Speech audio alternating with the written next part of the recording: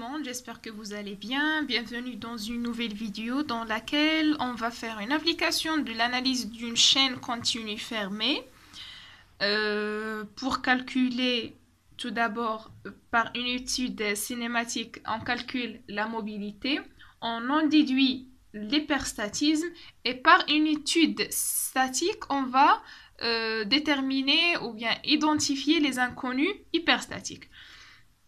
Alors, notre schéma cinématique est le suivant. On a trois solides, S0, S1 et S2, qui sont liés par trois liaisons. Entre S0 et S1, il s'agit de la liaison L1.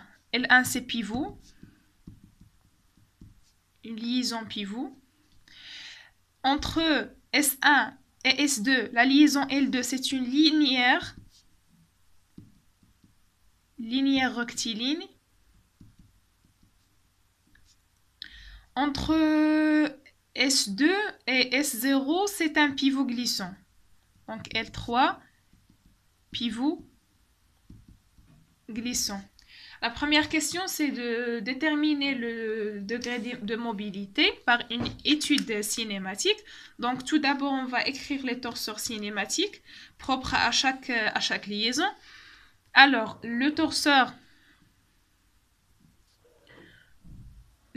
du solide 1 rapport au solide 0, propre à la liaison L1, s'écrit,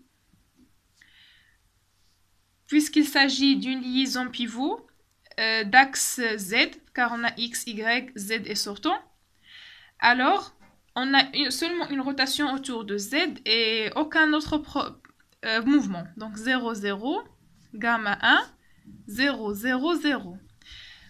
Où est-ce que la liaison, c'est en point O. Donc, en haut. Et maintenant, on va définir la liaison L2. L2, c'est la linéaire rectiligne.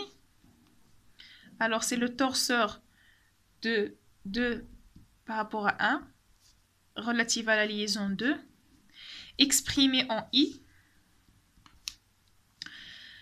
La linéaire rectiligne, il ne peut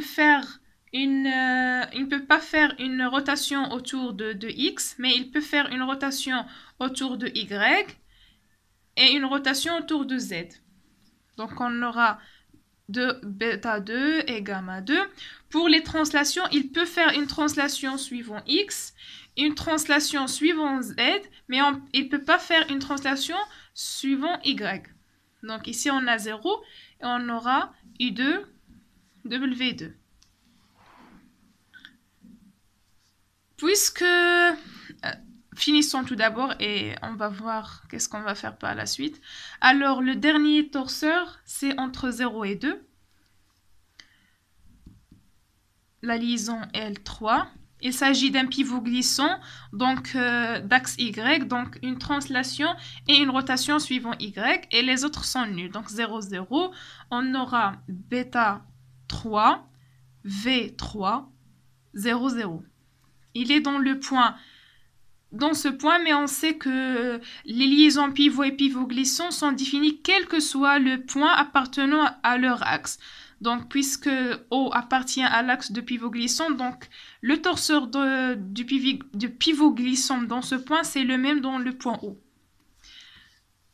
Alors, rappelons que pour faire une étude cinématique, on a besoin de faire la somme, mais à condition que tous les torseurs soient exprimés dans le même point. Pas de problème pour les deux torseurs, mais là, on a un problème. Alors, on va exprimer le torseur V de 1 dans le point O. V de 1 de la liaison L2. On a dit que le moment ne change pas. Alors, ça sera 0, bêta 2, gamma 2, plus notre résultante, 0, W2, plus la distance entre le point dont le torseur est exprimé et le point où on va le remettre. Alors, c'est OI. Et OI, on peut la décomposer en OC plus CI. OC, je vais écrire là. OI, c'est OC plus CI. OC, c'est, on peut par exemple noter ça c'est E, ça c'est A. la distance. C'est E cosinus θ suivant x plus E sinus θ suivant y. Et CI, c'est A suivant y. Plus A, y. Donc, on a une composante suivant x, E cos θ, et E sinus θ plus A suivant y est 0. Ce vecteur vectoriel, notre moment 0, bêta 2, gamma 2. Alors, notre nouveau torseur en haut, le moment ne change pas. Et on aura la résultante, c'est E2, on va voir plus quoi. Donc, on barre ça. On aura gamma 2 fois E sinus θ plus A.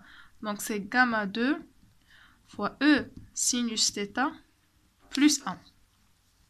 Pour le deuxième, on aura moins gamma 2 E cos θ. Et pour le dernier, on aura W2 plus bêta 2 E cosinus θ. Alors, c'est ça notre torseur dans le point O.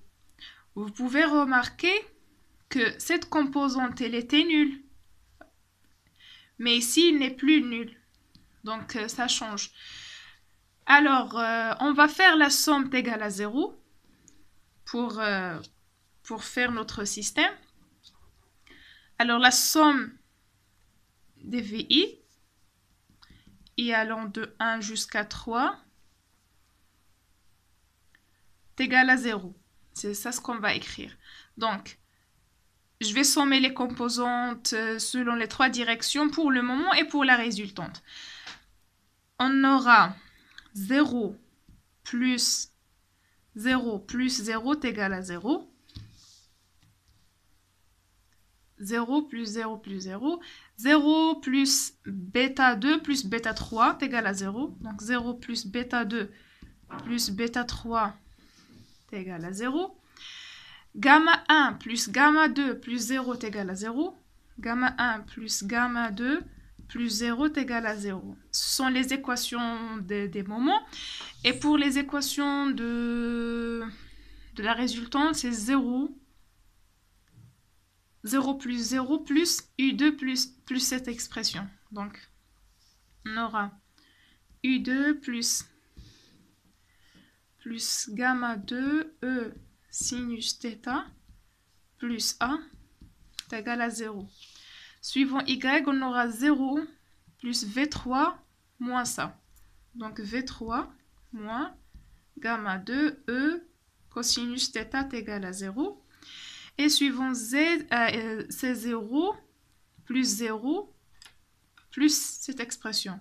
W2 plus bêta 2 E cos θ. Donc, ce sont nos 6 équations. Alors, on va déterminer le nombre des inconnus cinématiques, le rang RC, pour en déduire la mobilité. Car on sait que la mobilité, c'est NC moins RC. Alors, les inconnus cinématiques, on a 1, 2, 3, 4, 5, gamma de